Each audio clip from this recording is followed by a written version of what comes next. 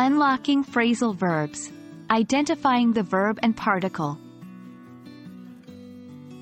Hello, language learners. Today, we are diving deep into the world of English phrasal verbs. Phrasal verbs are an essential part of everyday English conversation and writing, so understanding them is crucial. We'll specifically focus on identifying the verb and particle in a phrasal verb. It may sound tricky, but don't worry. We'll break it down together. Before we delve into identifying parts of a phrasal verb, let's briefly revisit what a phrasal verb is. A phrasal verb is a type of verb that is created by combining a regular verb with one or two particles. These particles can be either prepositions or adverbs, and they change the meaning of the original verb. Examples of phrasal verbs include turn on, break up, run into, and give up.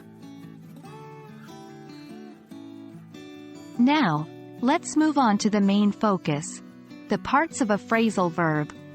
A phrasal verb consists of a verb and a particle.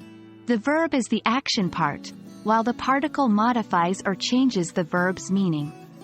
Let's take an example. Give up.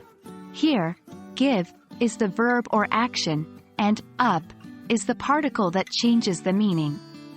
Give usually means to hand something to someone, but when you give up, it means you stop trying. To identify the verb and particle in a phrasal verb, remember the structure we discussed earlier. The verb comes first, followed by the particle. For example, in the phrasal verb, turn off, turn is the verb, and off is the particle. Another example is run out.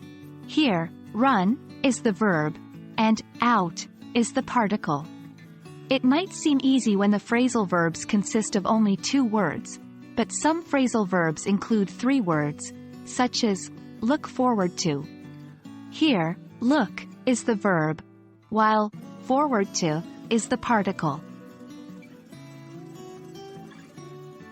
The best way to get comfortable with phrasal verbs and to understand the relationship between the verb and the particle is practice.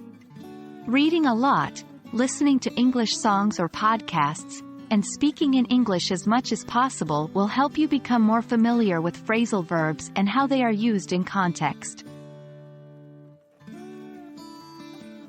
That wraps up our lesson on identifying the verb and particle in phrasal verbs.